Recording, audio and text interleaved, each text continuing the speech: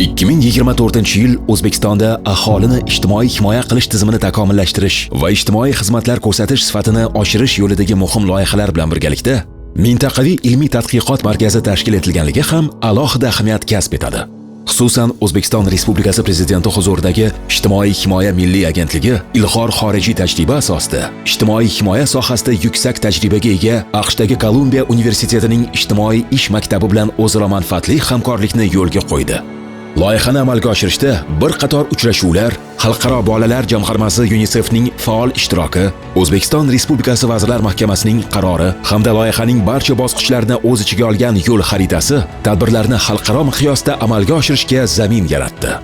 O'zbekiston Respublikasi Vazirlar Mahkamasining 2024-yil 24-iyundagi 350-sonli qaroriga muvofiq Toshkent shahrida hamjamiyatlarni mustahkamlash va ijtimoiy farovonlikni rivojlantirish markazi ishga tushirildi.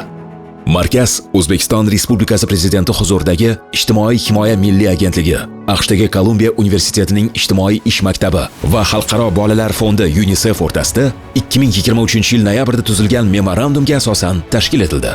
Uning asosiy maqsadi kam ta'minlangan oilalar, bolalarni himoya qilish, gender zo'ravonlik va ruhiy salomatlik kabi dolzarb muammolarni hal qilishga qaratilgan ijtimoiy ish amaliyotining xalqaro standartlarini ishlab chiqish va amalga oshirishdir.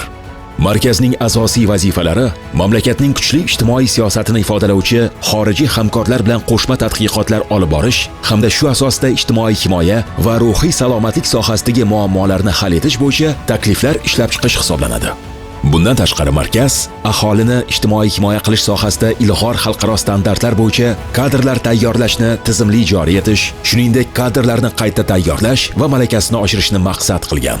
Markaz tomonidan aholining muhtoj qatlamiga ijtimoiy yordam va xizmatlar ko'rsatishda mahalliy idoralarning rolini kuchaytirish va faolligini oshirishga alohida e'tibor qaratish rejalashtirilgan. Shu kabi ilmiy yondashuvlar amaliyot bilan chambarchas bog'lanib, O'zbekistonda ijtimoiy adolat siyosatini yanada mustahkamlashga xizmat qiladi. Bu esa kelgusida mamlakatimizda ijtimoiy masalalarni hal qilish va jamiyatdagi ijobiy o'zgarishlarga hissa qo'shadigan, ijtimoiy ish bo'yicha bilim hamda ko'nikmalarga ega bo'lgan rahbar va amaliyotchilarning yangi avlodi shakllanishiga xizmat qiladi.